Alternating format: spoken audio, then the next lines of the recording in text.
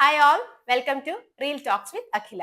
സാഹസം front raw പ്രൊഡക്ഷൻസിന്റെ ബാനറിൽ ബിപിൻ കൃഷ്ണ കഥ എഴുതി സംവിധാനം ചെയ്തെത്തിയിരിക്കുന്ന സിനിമയാണ് സാഹസം. നമ്മുടെ റീസെന്റ് ഹിറ്റായ ഓണം മൂഡ് സോങ് വരുന്ന സിനിമയാണ്.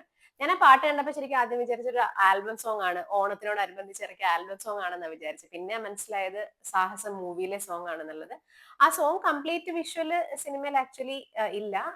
ഷോ ക്രെഡിറ്റ്സിൽ കുറച്ച് പോർഷൻസ് സിനിമയിൽ കാണിക്കുന്നുണ്ട്. അല്ലാണ്ട് ഒരു ഓണപരിപാടിയിൽ ഈ സോങ്ങിന്റെ കുറച്ച് ഇത് വരുന്നതേ ഉള്ളൂ. സിനിമയിലേക്ക് വരുവാണെന്നുണ്ടെങ്കിൽ ഒരു ഒരു വലിയ താരനിരയുള്ള ഒരു സിനിമ തന്നെയാണെന്ന് വേണമെങ്കിൽ പറയാം. ഒരുപക്ഷെ നമ്മൾക്ക് പേരറിയില്ലെങ്കിലും നല്ലോണം ഫെമിലിയർ ആയിട്ടുള്ള ഒരുപാട് ഫേസസ് ഇപ്പൊ സോഷ്യൽ മീഡിയയിൽ കൂടി ആയിട്ടായാലും ഫെമിലിയർ ആയിട്ടുള്ള ഒരുപാട് ഫേസസ് ഉള്ള ഒരു സിനിമയാണ്. മെയിൻ കഥാപാത്രങ്ങൾ ചെയ്തിരിക്കുന്നത് ബാബു ആന്റണി, നരയൻ, റംസാൻ മുഹമ്മദ്, ബൈജു, ശബരീഷ് വർമ്മ, കൃഷ്ണ, ജീവ, ഗൗരി കിഷൻ, ടെസ, പിന്നെ വർഷയുണ്ട്. അങ്ങനെ കുറെ ക്യാരക്ടേഴ്സ് ഉള്ള സിനിമയാണ് ഇത്. എനിക്ക് അറിയാവുന്നവരും അറിയാത്തവരുമായിട്ട് ഒരുപാട് പേരുണ്ട് ഈ സിനിമയില്. ഈ സിനിമയുടെ ത്രെഡ് പോകുന്നത് ഇന്ത്യയുടെ ഒരു ഭാഗത്ത് നടക്കുന്ന ഒരു അണ്ടർവേൾഡ് ക്രിപ്റ്റോ കറൻസി ഡീലിങ്സും അതിനിടയിൽ അവരുടെ പാസ്വേഡ് നഷ്ടപ്പെടുന്നതും അത് റിലേറ്റഡ് ആയിട്ടുള്ള കുറെ ഇൻസിഡൻസും പോലീസ് ഇൻവെസ്റ്റിഗേഷൻസും ഒക്കെ ആയിട്ടാണ് ഒരു കഥ പോകുന്നത്. അതിന് പാരലായിട്ട് നാട്ടിലെ കുറെ ടെക്കീസിന്റെ കഥയും അവരുടെ ഇടയിലുള്ള ഒരു ലവ് സ്റ്റോറി, അതിലെ കല്യാണം, ഒളിച്ചോട്ടം, അങ്ങനെയുള്ള കുറെ സംഭവങ്ങളൊക്കെ ആയിട്ട് ഒരു കഥ പാരലൽ ആയിട്ട് പോകുന്നു. ഇതാണ് ഫസ്റ്റ് ഹാഫിലെ ഒരു ത്രെഡ് പോകുന്നത്. രണ്ട് കഥകൾ ഇങ്ങനെ പാരലൽ ആയിട്ട് പോകുന്നു. സെക്കൻഡ് ഹാഫ് വരുമ്പോഴത്തേക്കും ഈ പാസ്വേഡ് റിക്കവറിക്കായിട്ട് വരുന്ന ടീമും പോലീസ് ഓഫീസേഴ്സും ഈ ടെക്കുകളും ഇവരെല്ലാരും കൂടെ ചില സാഹചര്യങ്ങളിൽ വെച്ച് മീറ്റ് ആവുന്നതും അതിലുണ്ടാവുന്ന കുറെ ക്ലാഷസും കാര്യങ്ങളും ഒക്കെ ആയിട്ടാണ് സിനിമ പിന്നെ മുന്നോട്ട് പോകുന്നത്. ക്ലൈമാക്സിലേക്ക് വരുമ്പോഴത്തേക്കും നമ്മൾ പണ്ട് സിനിമകളിലൊക്കെ കാണുമായിരുന്ന പോലെ എല്ലാവരും കൂടെ ഒരുമിച്ച് വന്നിട്ടുള്ള ഫൈറ്റും കാര്യങ്ങളും അവസാനമുള്ള ശുഭപര്യാവസായി അങ്ങനെയൊക്കെയുള്ള ഒരു രീതിയിലുണ്ടല്ലോ, ആ ഒരു കൈൻഡ് ഓഫിലാണ് ഈ സിനിമയും പോകുന്നത്.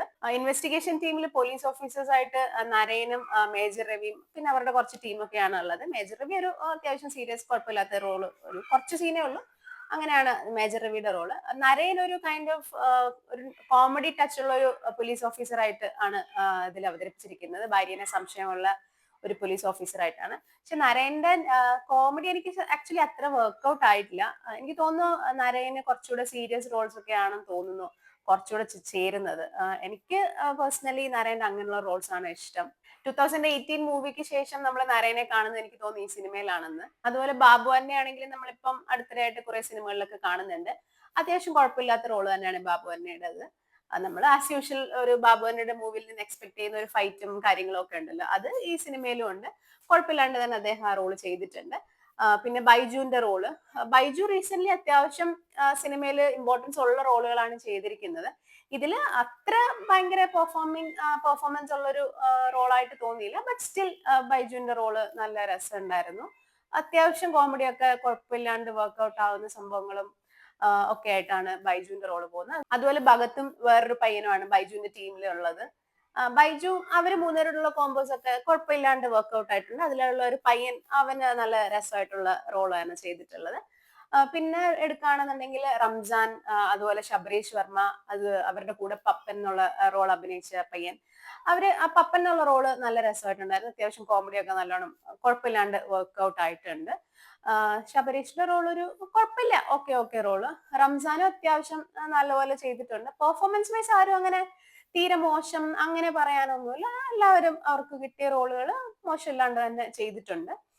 ബട്ട് ആസ് മൊത്തത്തില് സിനിമ എടുക്കുമ്പോഴത്തേക്കും ഭയങ്കര നമുക്ക് അങ്ങ് കോമഡി അങ്ങനെയുള്ള ഒരു ഫീൽ എനിക്ക് തോന്നിയില്ല. കുറച്ചൊക്കെ വർക്ക്ഔട്ട് അവിടെ ഇവിടെയൊക്കെ ആയി. ബട്ട് മൊത്തത്തില് വലിയ ഒരു ഇമ്പാക്ട് ഉണ്ടാക്കാൻ ഈ സിനിമയ്ക്ക് സാധിച്ചില്ല എന്നാണ് എനിക്ക് തോന്നിയത്. ഇതില് അതുപോലെ അജു ഉണ്ട്.